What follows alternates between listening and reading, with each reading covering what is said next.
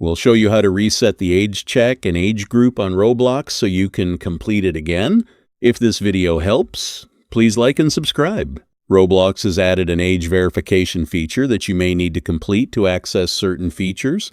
Sometimes the verification can get your age wrong. If that happens and your age is set too low, you may not be able to use some parts of Roblox. In this guide, we'll show you how to reset it and try again. Follow each step carefully and do not skip anything. First, go to the left side of Roblox and click More. On the More page, find Settings, which has the gear icon, and click it. At the top of the Settings page, click Account Info. Once it loads, scroll down until you see the message, "Did we get your birthday right?" It will also mention that you can reset your verification, which will reset your age check as well. Click Reset on the right side.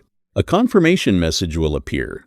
Keep in mind that you can only reset it once, so make sure you want to continue. If you are sure, click Continue. After that, you can verify your age again by choosing either Continue with Camera or Continue with ID. You can use either method, depending on what works best for you. That's it.